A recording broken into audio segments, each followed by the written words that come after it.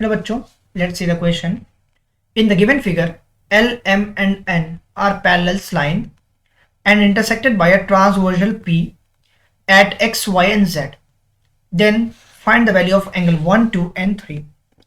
So let's say the key concept basically क्या होगा, if अगर कोई भी लाइन्स पैरेलल हैं फॉर पैरेलल लाइन्स, अगर कहीं पे भी पैरेलल लाइन्स एग्जिस्ट करती हैं, for parallel lines there exist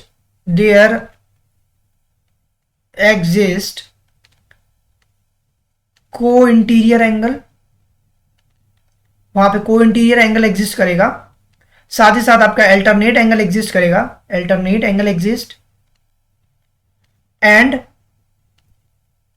corresponding angle exist, वहां पे करिस्पॉन्डिंग एंगल भी एग्जिस्ट करता है. तो basically this is what the key concept is. Now come to the point.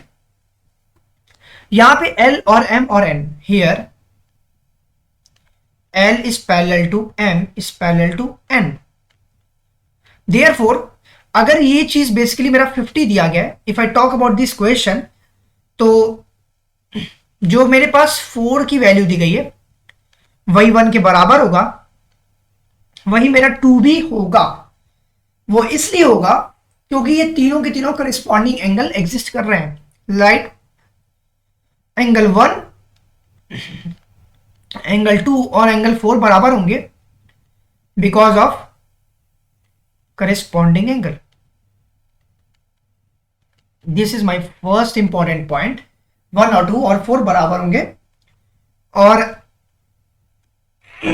यहां पर एंगल, अगर मैं स्ट्रेट लाइन की बात करूं बेसिकली लाइक दिस, तो एक लीनियर पेयर बन रहा है.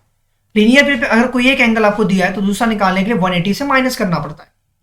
सिमिलर केस यहां पर है, एक लीनियर पेयर एग्जिस्ट कर रहा है, तो एंगल 4 आप सिंपल लिख सकते हो, एंगल 4 प्लस 50 डिग्री, इनका समेशन 180 के बराबर होगा.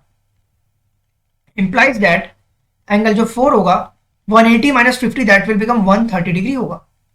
तो आपके पास एक एंगल 4 की वैल्यू 130 आ गई, तो आप लिख सकते हो क्या एंगल 1 और एंगल 2 दोनों आपस में बराबर थे एंगल 4 से.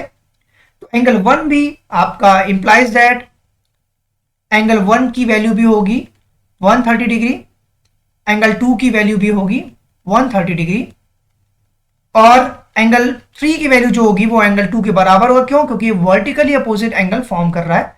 तो angle 3 will become 130 degree because of vertically opposite angle. So this is my required answer.